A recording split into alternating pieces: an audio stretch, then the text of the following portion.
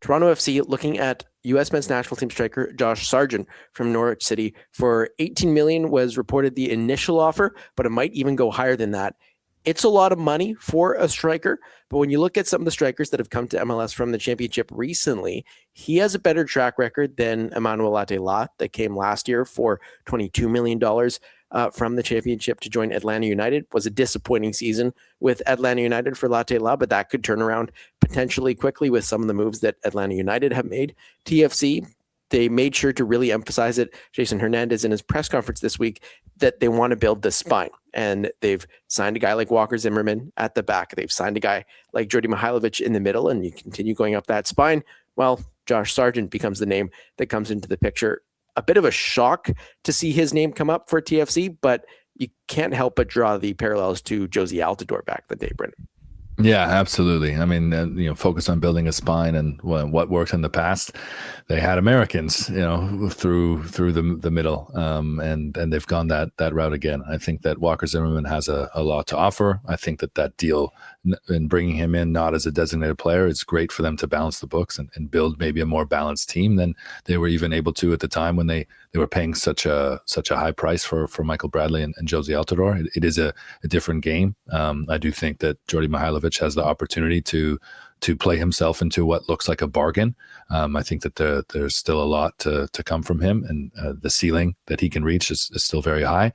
Having said that, I think $18 million for Josh Sargent is ridiculous. I think that would be bad money spent. That'd be a big gamble, and you're putting a lot of pressure on a player who hasn't been able to kind of live up to a lot of that hype and pressure. And I do think that Josh Sargent is a decent player. I think that he'd be a very, very good MLS goal scorer, to be honest. But for $18 million for a team like that, and in particular because Norwich don't want to let him go for that, and we're negotiating a $30 million US deal to sell him to Wolfsburg last year that he didn't want to take. It seems like a situation that's just not one that Toronto FC, I feel, would want to be in if it goes wrong. And it could go right. Josh Sargent has a lot to play for.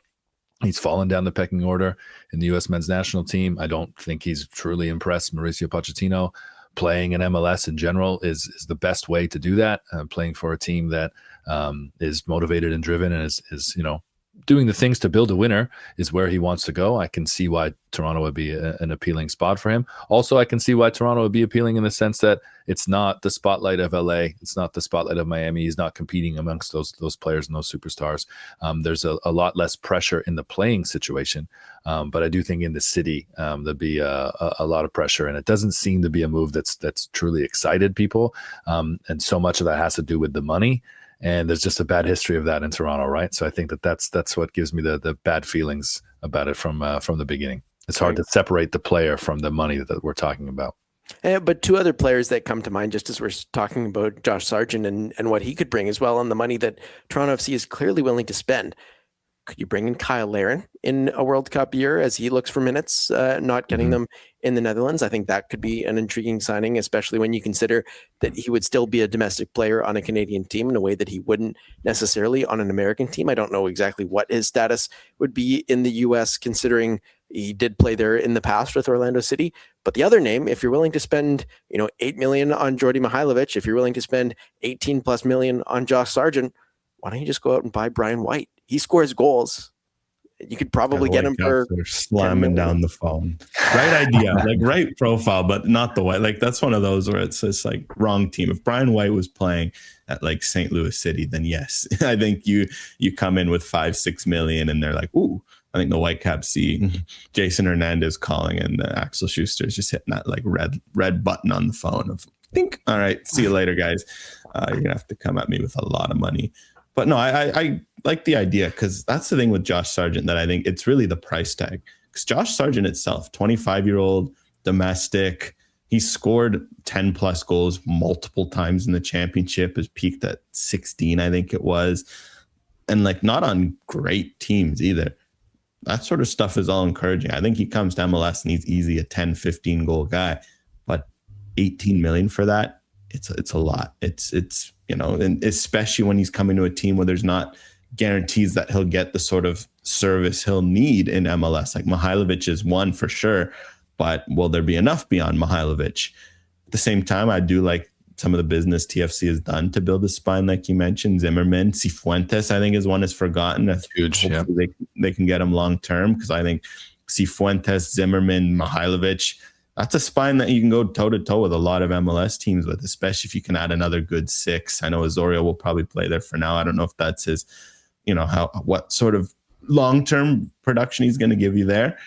All right, that's a good spine, and you wrap it off with a striker. But I think if you have 18 million to spend, if you take 5 to 6 mil and put it on that other 6, and take another few mil and put it on an exciting winger who can help create chances for a striker, I think you can get a 5 million striker that can get you the goals, and you're maybe a bit more balanced. And that's the one worry I would have with Josh Sargent. And what otherwise is, I think the thing is with Josh Sargent, if this is a 10 million deal, it's a no-brainer. You're laughing. You're like, okay, this makes sense. It's really that price tag, like you mentioned, Brendan, that gives you pause. So the thing is, though, with Toronto, I guess they've had such malaise when it's come to attracting their strikers that you can see this pressure from Jason Hernandez, the way he said in recent availability. He's like, we need a DP striker, that it might force them to make this decision, but it just feels like a bit of a risk when squad building wise, they could be better off balancing it around. That's all to say, I think the Sargent move could work out. I just think it's a big risk. And sometimes for a team in TFC's position,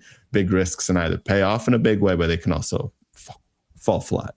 I think we all admit that we'd love to be a fly on the wall in so many of these conversations, but particularly this forward designated player urgency conversation. Jason Hernandez relies a lot on Sebastian Giovinco. He's daily in the office. He's admitted that he's been a real consultant and a real part of a lot of these recruitment conversations. And you look at the coaching staff, and I think that at times Robin Fraser, it seems as though Robin Fraser will defer to the expertise of others who have the forward expertise, because he's the defensive coordinator. He's the defensive mind in that team. And I do wonder how Josh Sargent becomes a name as opposed to Kyle Aaron, and where that conversation goes. Is it, do you weigh the upside? Do you weigh the longevity? Does it become a not just a production thing, but more of an endurance move? Because I think that there's a real part when it comes to spending money that they don't want to have a flash in the pan. They don't want to have someone that potentially they're selling off again. They want to have someone that, like a Jordi Mihailovic, is a 5-year player, that they when they are spending big money, they want to find Michael Bradley's. They don't want to find the Italians again, and they don't want to repeat that, or Jefferson Soteldo, or the Spaniard whose name escapes me, that they had with a lot of promise there, that they want to have someone who they sell a lot of shirts for, and that player's still on the pitch for 5 or 6 seasons while all of those shirts are in the stands. And so I can understand why they see Sargent as someone like that. But to Ben's point, I think for player and club, Kyle Aaron would be great. I don't know if that's a move that he feels comfortable making, and I don't know if he would hit the ground running in MLS on that team at this moment the way we all expect. Because I think if that team struggles, if he struggles for form, it actually hurts Kyle Aaron, and he might slide down the pecking order. MLS, Ben, as you very well know, is very different than the MLS that Kyle Aaron left. And I think at times he may struggle if all the conditions aren't great for him to play to his form and play the level that we know he's capable of. And one of the things that comes to mind there, just based on your answer, is Robin Fraser on the hot seat if this team doesn't score goals? Like, he's a fairly new hire. He wasn't necessarily a highly regarded coach in a lot of ways in terms of his success coaching outside of that Colorado Rapids year, that maybe he is on the hot seat if this team doesn't quite figure it out when it comes to attacking. Because as you mentioned, he's a defensive-minded coach, and maybe that's not what Toronto FC needs at the moment. Like, how bad or how slow does the start have to be for Robin Fraser's job to be called into question here, Brendan? That's a great question. I mean, would you not argue that even hiring John Herdman was in hiring a defensive-minded coach to a degree, that they felt they needed to be stronger defensively in order to win? Like, I do think we're seeing the steps with that, and I do think that last season, as cliche as it might be, that 8-game stretch of draws there is kind of proof that they were getting closer to being a solid team. And now what's missing is the goal pieces, which emphasizes the pressure that Jason Hernandez feels. I think they're so tied together, Jason Hernandez and Robin Fraser. I generally don't see a scenario where the team is poor and they fire Robin Fraser first. They either go together or Jason Hernandez takes the fall for the assembly of this team. I think that would kind of be the order. I do think that the club wants stability. The club believes that they can find it, that they've taken big steps here defensively, and that defensively under Robin Fraser, they have taken the steps they've needed to be better. They just need the goals in order to turn those draws into wins in reality. And that's why they're willing to spend. But to your point, I would love to see them perhaps spend it elsewhere. And man, like Brian White is such a great shout, one I'd not even considered. And to your point about the Whitecaps hanging up the phone and not taking that, I got to feel that the Whitecaps might feel, even at $4 or $5 million, money that they wouldn't have expected, that they can spend that elsewhere. And not to say that Brian White is replaceable, but I think they would feel pretty confident that they could. I think that they would feel pretty confident in the situation that they are now, and certainly with the appeal of playing with Thomas Muller. Like, they're not going to have to overpay for players anymore in Vancouver, and I think that was always the case. Look at Lucas Cavallini. There's several other scenarios where it seemed like they were close to guys that were really good fits, and it just didn't go over the line. And I think it's such an appealing spot now, $4 or $5 million in the can to spend and find another Brian White, someone that fits well with Golden Muller. I don't think that they'd be opposed to that, to be honest. So maybe Toronto FC's listening. Maybe that's another phone call that's made. Although and with Brian, I think it's one of those where I don't think it makes sense for both teams, because like, if the Whitecaps were willing to sell Brian White for $4 to $5 million, that should give red flags to TFC. If he's 30, and if the Whitecaps feel that he's that replaceable, why you're going after a 30-year-old? So I think it's one where, if this is 25-year-old Brian White, this is a fascinating debate, because then the Whitecaps are left in a position of, man, is a $5-6 million worth it when you can get more benefit? Like, that's why, I mean, we haven't even talked about the Tristan Blackman news. That's why that's so fascinating, because the Whitecaps are in this kind of 50-50 where they have a player offers coming in for their defender of the year, and they want to keep him. At the same time, teams are offering upwards of $2-3 million for a guy who's about to be 30. They're probably sitting there thinking, that's kind of the good time to cash in on Moneyball. So it's a good argument with TFC. Just quickly on the Robin Fraser point, because I think it's a good one. I think if TFC sign Sargent or whoever else they end up dropping all this money on, they build their attack up and they still can't score, I think Robin Fraser's future is in doubt, especially depending on who you can get. Because if TFC have any chance at Wilfred Nancy and Robin Fraser's struggling, that's a big worry. Heck, there's other names too. Like, the way TFC, if they're throwing $18 million at Josh Sargent, could they not make sense for a manager like an Ange Postecoglou? I know that's like really stretching, being outrageous, but like, could an Ange Postecoglou be a level of manager they target to try and turn things around? Would they be better? Would they be better with Ange right now? I don't know, man. They'd be complete opposites. Go from ultra defensive to high line and whatnot. But genuinely, like, for TFC, if those are the sort of options they'd swing at, and Robin Fraser is struggling to coax goals out of a talented attack, assuming they make a Sargent or someone else addition, I think that those are the sorts of questions that will be thrown around in TFC land. So yeah, the pressure would be on Fraser, not to have a great start, but just to look more exciting, to look like, even if they're dropping points, but they're starting to score more goals, then there'd be a bit more of, it's still early. Walker Zimmerman's in his first year. Cifuentes is still early, new goalkeeper. You'd be able to stomach it a bit more. But if there's a lot of grindy, low event games, they've got a Sargent struggling to get involved, Mihailovic isn't getting in the right positions, then those questions would start to come up.